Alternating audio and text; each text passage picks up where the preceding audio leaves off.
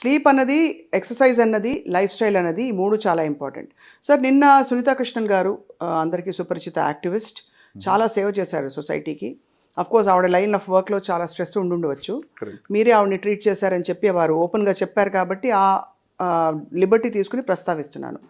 అలాంటి వ్యక్తులకి where is a scope to have something like a lung cancer ఎందుకు వచ్చి ఉంటుంది అని చెప్పడానికి మీకు ఏమన్నా ఇవి కనిపించాయా? లంగ్ క్యాన్సర్కి ఎస్, మీరు అడిగిందంటే she's not a smoker, she's a social activist కాబట్టి ఆమెకు ఎందుకు వచ్చి ఉండొచ్చు అని మనం ఆలోచిస్తే, ఒకటి నేను ఆలోచిస్తున్నా ఏంటంటే లంగ్ క్యాన్సర్కి నెంబర్ 1 కారణం మనందరికీ తెలిసింది స్మోకింగ్, పొగాకు సేవించడం. ఒకటి అంటే ఇప్పుడు డైరెక్ట్గా మీరు స్మోక్ చేయకపోయినా కానీ there could also be an effect of second hand smoke. ఓహో, అది కూడా అంత లెవెల్లో ఉంటుంది. అంటే 25% lung cancers are because of second hand smoke. Passive smoking అంటాం. అంటే ఇప్పుడు passive smoking, yes. So side స్ట్రీమ్లో కొన్నిసార్లు ఎక్కువ టాక్సిన్స్ ఉంటాయి యాక్చువల్ చెప్పాలంటే. సో అంటే main stream, side stream. So side స్ట్రీమ్లోనే more than 50 known carcinogens are present. So అది ఒక కారణం అయి ఉండొచ్చు, ఎక్స్పోజర్ టు సమ్ కెమికల్స్ అయి ఉండొచ్చు. సో అంటే తనకి ఎందుకు వచ్చిందనేది I cannot really ascertain. కొన్నిసార్లు జెనెటిక్ రీజన్ కూడా అయి ఉండవచ్చు, so which we do not know. అంటే హెరిడిటరీ సిండ్రోమ్స్ అని లంగ్ క్యాన్సర్ లేవు కానీ బట్ తనలో అది ఎందుకు ప్రిడిస్పోజ్ అయిందని ప్రూవ్ చేయడం కష్టమైన విషయమే. బట్ ఇవి నోన్ ఫ్యాక్టర్స్ మనకి. రైట్.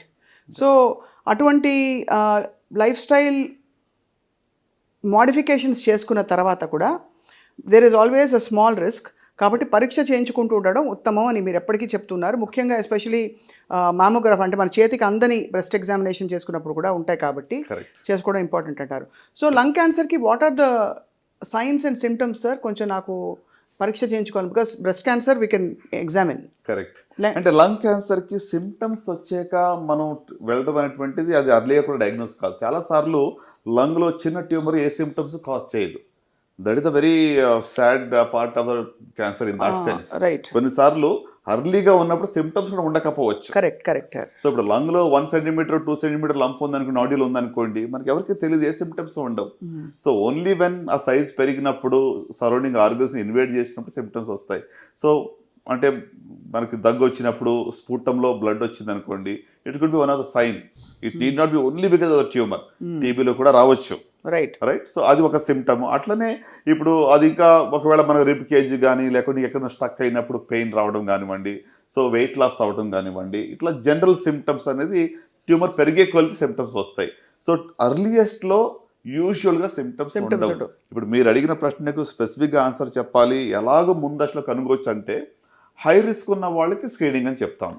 అందరూ కూడా లంగ్ క్యాన్సర్ స్క్రీనింగ్కి వెళ్ళక్కర్లేదు ప్రస్తుతానికి ఉన్నటువంటి రికమెండేషన్ ప్రకారంగా. అంటే ఇప్పుడు ఎక్కువగా టొబాకో ఎక్స్పోజ్ అయిన వాళ్ళు, లేకుంటే పొల్యూటెడ్ ఏరియాలో ఉన్న వాళ్ళు లో డోస్ సిటీ స్కాన్ అని చెప్పి వస్తుంది.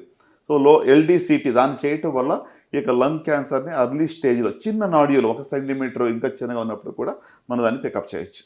Right sir. And similarly for oesophageal cancer also కదా సార్? ఈసోఫేజియల్ క్యాన్సర్ కూడా యూజువల్గా చాలా అర్లీగా ఉన్నప్పుడు సిమ్టమ్స్ ఉండవు. కొంచెం అది పెరిగే కొలది ఏమవుతుందంటే మనకి మింగడానికి ఇబ్బంది అవుతుంది. సో సాలిడ్ ఫుడ్ తినడానికి కష్టం, లిక్విడ్స్ బాగానే తీసుకోగలుగుతాం. సో ఫుడ్ తినాలి అంటే నీళ్లు లేకుండా మింగలేకపోతున్నాము అనే సిమ్టమ్ వస్తే మాత్రం వెంటనే డాక్టర్ సంప్రదించాలి. ఎండోస్కోపీ ద్వారా దాన్ని తెలుసుకోవచ్చు. సో చాలా యూస్ఫుల్ ఇన్ఫర్మేషన్ సార్ ఇది. ఫైనలీ ఒక మంచి గోల్డెన్ ప్రిస్క్రిప్షన్ లాగా మీరు ఇచ్చిన ఈ లైఫ్ స్టైల్ మోడిఫికేషన్స్తో పాటు 4-5 మంచి ఆహార పదార్థాలు చెప్పండి, విచ్ ఇవాళ రోజుల్లో బికాజ్ ఎవ్రీథింగ్ ఈజ్ కంటామినేటెడ్. ప్రతిదీ పాల పదార్థాలు, ఒకప్పుడు పాలు మంచివి, యోగులు తినే ఫుడ్ అని చెప్పేవారు. ఇప్పుడు పాలు తాగాలంటే భయం వేస్తుంది, అన్ని హార్మోన్ ఇండ్యూస్డ్ కాబట్టి. పళ్ళు అన్ని స్ప్రేలు వేస్తున్నారు, రకరకాల ఇది. మసాలాల్లో కార్సినోజెనిక్ సబ్స్టెన్సెస్ బయటపడ్డాయని చెప్పి మనకి ఫుడ్ సేఫ్టీ అథారిటీ వాళ్ళు చెప్తున్నారు. సో మరి what is the best food to eat? Sure అండి. ఇప్పుడు మీరు అడిగిన దాన్ని చూస్తుంటే you are what you eat.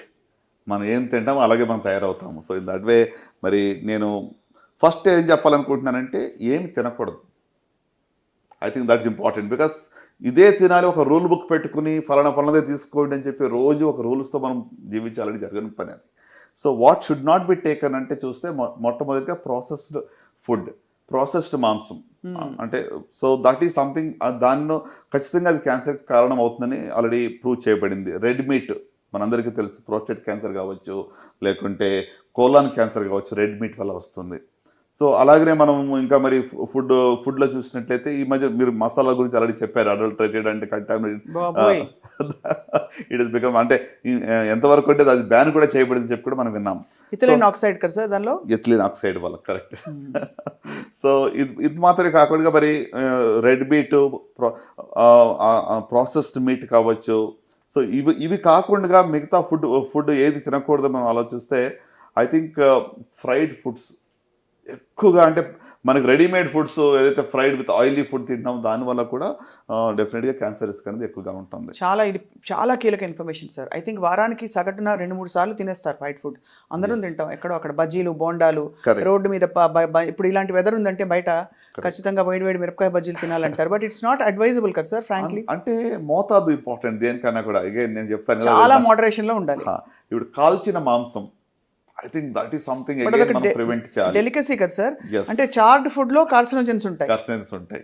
So దాంట్లో పాలీ హైడ్రోకార్బన్స్, PCL అని చెప్పి, లేకుంటే అరోమాటిక్ అమైన్స్ అని చెప్పి, ఆ కెమికల్స్ వల్ల క్యాన్సర్ వచ్చే రిస్క్ ఉంటుంది. మనం బార్బెక్యూ అని మాట్లాడతాం. Yes, it is actually very very dangerous. కాల్చిన మాంసం కూడా ఎంతవరకు అవాయిడ్ చేస్తే మంచిది. సో ఇప్పుడు మరలా స్పెసిఫిక్ గా మనం ఏం తీసుకుంటే బాగుంటుంది మీరు అడిగిన ప్రశ్న. సార్ ఈ కాల్చిన మాంసం ఒక 2 క్వశ్చన్స్ ఇక్కడ డెలికసీ కాబట్టి, తందూరి చికెన్, తందూరి పన్నీర్ ఇవన్నీ కూడా కాల్చిన మాంసం కిందకి వస్తాయి కదా. అంటే ఇప్పుడు తినొద్దు అసలు మొత్తానికి బంద్ చేయడం నేను చెప్పట్లేదు, బట్ అదే మన హాబీగానే హ్యాబిట్గానే ఉండకూడదు. Right sir. ఏం తినొచ్చు అని చెప్తే ఏం చెప్తారు ఇవాళ రోజుల్లో? మరి ఏం తినాలంటే మోస్ట్ ఇంపార్టెంట్ ఎక్కువగా ఫ్రూట్స్ అండ్ వెజిటబుల్స్ కన్సంప్షన్ చేయడం మంచిది. As far as possible vegetarian diet మంచిది, right. Consume lots of fruits and vegetables. Vegetarian diet ఉంటే మంచిది. Consumption of lot of water is good. At least 8 to 10 glasses of water per day minimum తీసుకోవాలి, right. అంత మాత్రం కాకుండా మరి మీరు అన్నారు కదా కంటామినేషన్ గురించి మాట్లాడితే, organic food, anything that is grown organically without pesticides, I think that's really good అనమాట. హోల్ గ్రెయిన్స్ తీసుకోవడం మంచిది. Egg is good, fish is good, right. అట్లనే మనకి beans is very good for you.